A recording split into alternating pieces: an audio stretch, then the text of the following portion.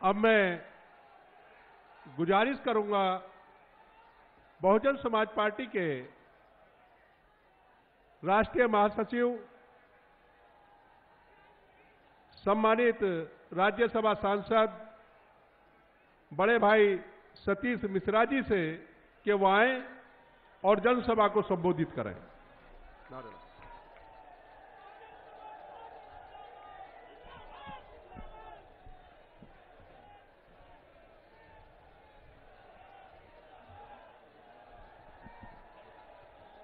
मंच पर उपस्थित समाजवादी पार्टी के सम्मानित राष्ट्रीय अध्यक्ष, आप सबके दिलों के चहेते धड़कन श्री अखिलेश यादव जी, आरएलडी के राष्ट्रीय अध्यक्ष श्री अजीत सिंह जी, जो पूर्व में कई बार केंद्रीय मंत्री, मेंबर ऑफ पार्लियामेंट सभी जगहों पर रह चुके हैं, हमारे भतीजे श्री आकाश आनंद जी, जिन्होंने आज पहली बार आपके बीच में आकर और अपना एक अनुरोध किया है,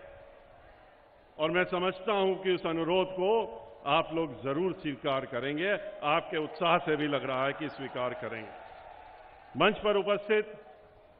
सभी प्रत्याशीगण, सम्मानित नेता, सभी पार्टियों, गठबंधन के सभी पार्टियों के यहां पर आए हुए लाखों की संख्या में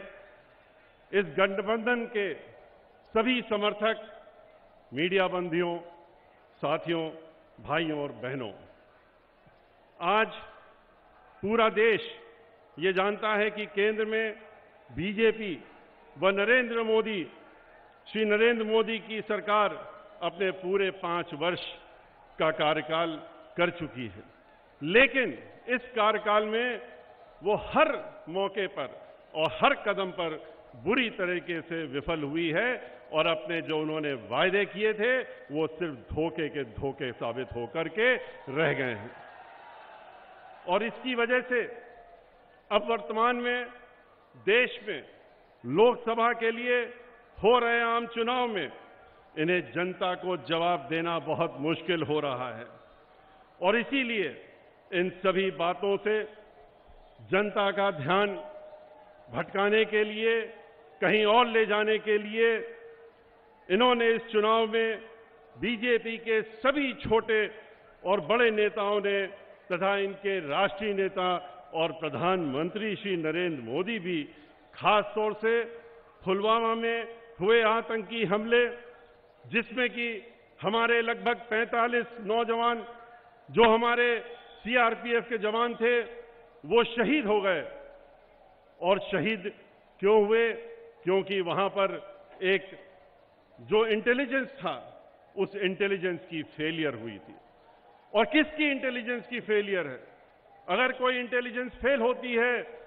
तो वो जिम्मेदार होता है जो देश का मुखिया और देश में पार्टी है, उसकी जिम्मेदारी बनती है। और इस बात को कोई हम नहीं कह रहे हैं, वहां के गवर्नर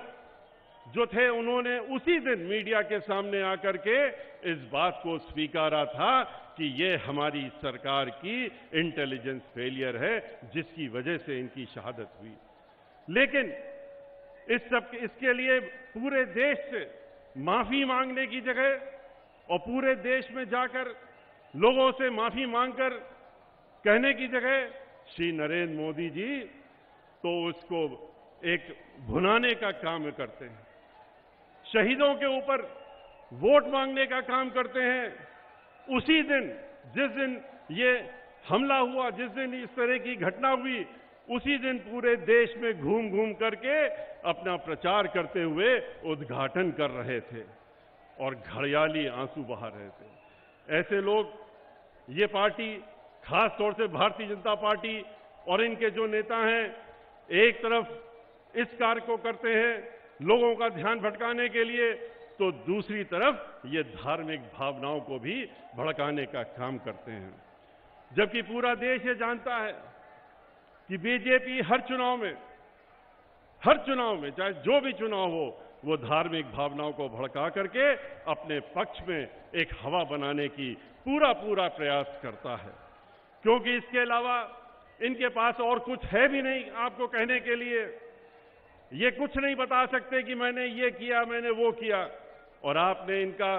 चुनावी अब की बार का घोषणा पत्र भी देख लिया कि जितने वादे आपसे इन्होंने किए थे, चाहे 2 करोड़ की नौकरियों का हो या अन्य वादे थे 15 लाख के हों, और भी जो वादे किए थे अब की बार के घोषणा पत्र से वो हटा दिए गए, क्योंकि पहले भी धोखा देने के लिए थे और आज अन्य बातें आपके बीच में धोखा देने के लिए ला करके धार्मिक भावनाओं को भड़काने का प्रयास करते हैं, जिसके तहत ही उत्तर प्रदेश के मुख्यमंत्री श्री योगी आदित्यनाथ ने यहां उत्तर प्रदेश में अपनी चुनावी जनसभाओं में खासकर अली व बजरंगबली की बात करके लोगों को धर्म के नाम पर बांटने का भरपूर प्रयास किया, जिससे जनता थोड़ी गुमराह भी हुई थी। लेकिन ऐसी स्थिति में खासकर कमजोर वर्गों के लोगों को गुमराह होने से बचाने के लिए, रोकने के लिए तथा चुनाव आचार संहिता का पूरा ध्यान रखते हुए फिर बीएसपी की राष्ट्रीय अध्यक्ष बहन कुमारी मायावती जी को मजबूरी में अपनी एक चुनावी जनसभा में ये बताना पड़ा कि उत्तर प्रदेश के मुख्यमंत्री जो 2 धर्मों के बीच अर्थात अली व बजरंगबली की आड़ में नफरत पैदा करके इस चुनाव को जीतना चाहते हैं, तो इनके बहकावे में जनता को कतई भी नहीं आना है। जबकि इन दोनों के बारे में बीएसपी का ये हमेशा से मानना रहा है कि हमारे तो अली भी हैं और बजरंगबली भी हैं, अर्थात हमारे ये दोनों अपने ही हैं और इन दोनों में से हमारे लिए कोई भी गैर नहीं है। इसलिए हमें अली भी चाहिए और बजरंगबली भी चाहिए। इसके अलावा बीजेपी व उनके प्रधानमंत्री श्री नरेंद्र मोदी सरकार उत्तर प्रदेश में गठबंधन की रैलियों में आ रही इस लाखों की संख्या में लोगों की भीड़ को देख करके इतना भयभीत हो गए हैं, इतना ज्यादा भयभीत हो गए हैं कि वो अपनी हर कोशिश में विफल होने के बाद अब चुनाव आयोग की शरण में चले गए और उसका सहारा लेकर हमारी आदरणीय परम पूजनीय और हमारी नेता बहन कुमारी मायावती जी के विरुद्ध चुनाव प्रचार पर पाबंदी आदि की कार्रवाई करवाने का कार्य किया है, जो कि पूरी तरह से सभी जानते हैं, चुनाव आयोग के लोग भी जानते हैं, उनके अधिकारियों से बात हुई तो वो भी जानते हैं कि पूर्ण रूप से अनुचित व असंवैधानिक है, जिसका खुलासा कल विस्तार से कल रात में 9 बजे प्रेस कॉन्फ्रेंस करके हमारी नेता सुश्री बहन मायावती जी ने आपके सामने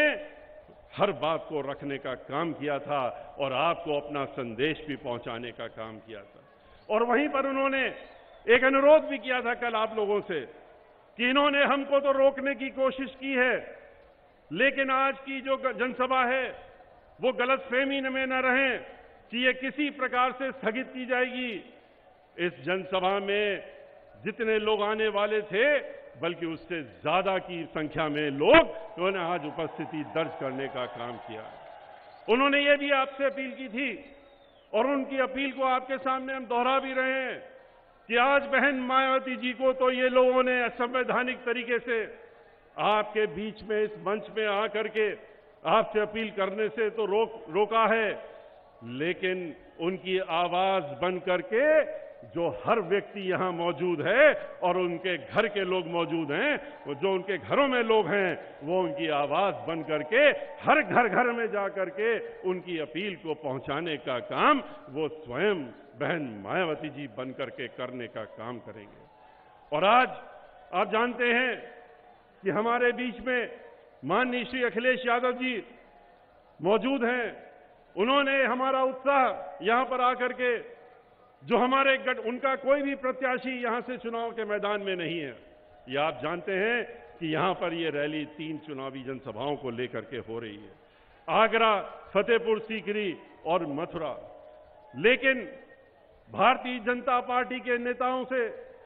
और मैं मीडिया के लोगों से भी ये अनुरोध करूंगा कि जिससे भारतीय जनता पार्टी के लोगों की नींद और खराब हो जाए, उनके पेट का हाजमा और खराब हो जाए, आप जरूर यहां पर कैमरा घुमा करके और दिखाइएगा कि समाजवादी पार्टी के लोग कितनी बड़ी संख्या में आज यहां पर इस रैली में आए हैं और मनोबल बढ़ाने का काम करने के लिए आए हैं। और हम लोगों का मनोबल बढ़ाया है। बहुजन समाज पार्टी, राष्ट्रीय लोकदल के साथियों के साथ साथ में आज समाजवादी पार्टी के लोगों ने जो इस जनसभा में अपनी उपस्थिति दर्ज की है, उसको माननीय श्री अखिलेश यादव जी भी यहां पर बैठ करके देख रहे हैं और वो सराहने का काम भी कर रहे हैं। आप जानते हैं, आज तक वैसे तो इलेक्शन कमीशन ने बहन मायावती जी को नोटिस दिया और नोटिस में क्या कहा था, आपको मैं ये भी 1 मिनट में बताना चाहूंगा कि नोटिस में कहा था कि आप इसका जवाब 24 घंटे में दीजिए। 8 तारीख को नोटिस दी थी और जवाब ये मांगा था कि 7 तारीख को जो आपने जनसभा की थी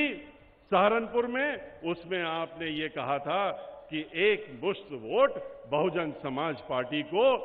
समाज के मुस्लिम समाज के लोग अपना वोट न बांटें और एक मुश्त वोट अपना गठबंधन के सभी प्रत्याशियों को देने का काम करें। ये उन्होंने कहा। उन्होंने सीडी का वो टुकड़ा निकाला जहां पर उन्होंने ये बात कही थी, उन्होंने वो हिस्सा हटा दिया। उन्होंने सीडी की कॉपी भी नहीं दी, उनसे सुनवाई का मौका मांगा गया, वो भी नहीं दिया। और सीडी की वो पूरा भाषण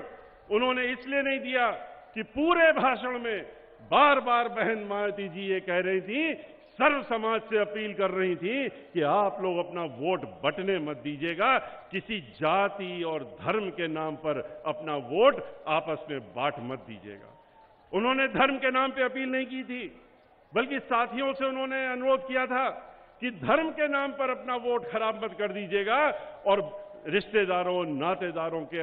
चक्कर में आकर के और धर्म के नाम पर अपना वोट किसी एक प्रत्याशी को आप लोग आपस में बांट मत दीजिएगा और एक मुश्त देने का काम करिएगा। लेकिन इस नोटिस का जब जवाब उनको मिला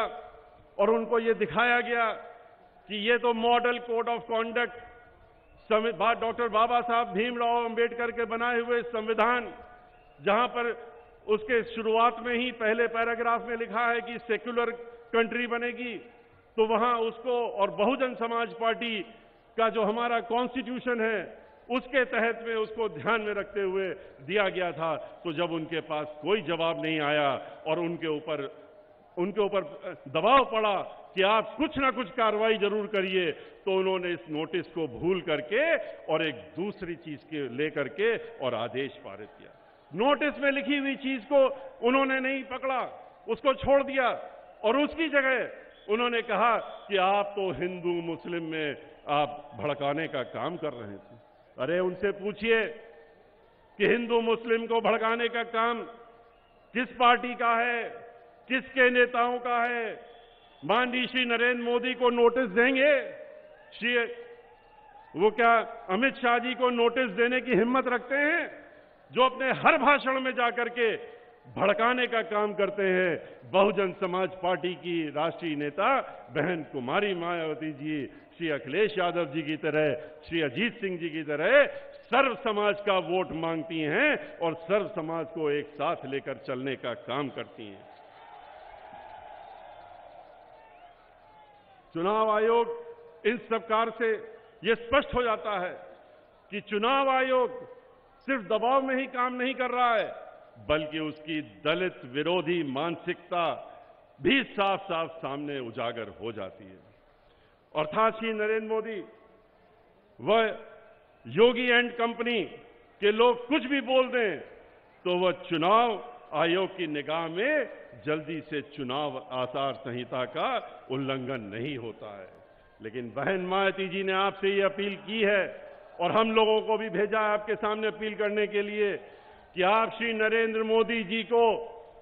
उनको यहां से बाहर भेजने का रास्ता दिखाएंगे। वो तो खुद भी कहते हैं झोला लेके निकल लेंगे, लेकिन उनके साथ साथ श्री योगी को भी रास्ता दिखाने का काम करेंगे और बाहर भेजने का काम करेंगे। माननीय सुप्रीम कोर्ट में लंबित इन कमियों को छिपाते हुए और वहां पर एक मामले में पीआईएल में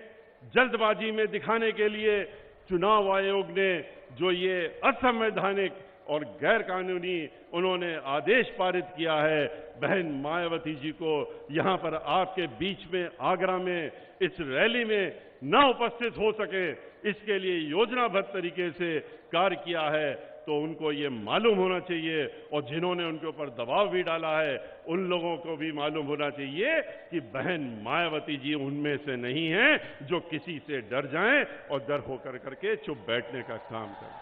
उन्होंने कल रात में ही इसीलिए प्रेस कॉन्फ्रेंस करके और उनको जवाब देने का काम किया था और उनके इस आदेश की उन्होंने धज्जियां उड़ाने का काम भी किया था। माननीय बहन मायावती जी उसी जाति पाबंदी की मजबूरी के कारण, उसी जातिवादी मजबूरी के कारण आज आपके बीच में उपस्थित नहीं हो पाई हैं, लेकिन उनकी ये अपील लेकर के और उनकी तरफ से इस अपील को लेकर के हम आपके बीच में उपस्थित हुए और मैं पूरी उम्मीद करता हूं, क्योंकि मैं बहुत ज्यादा इसलिए नहीं बोलूंगा क्योंकि आज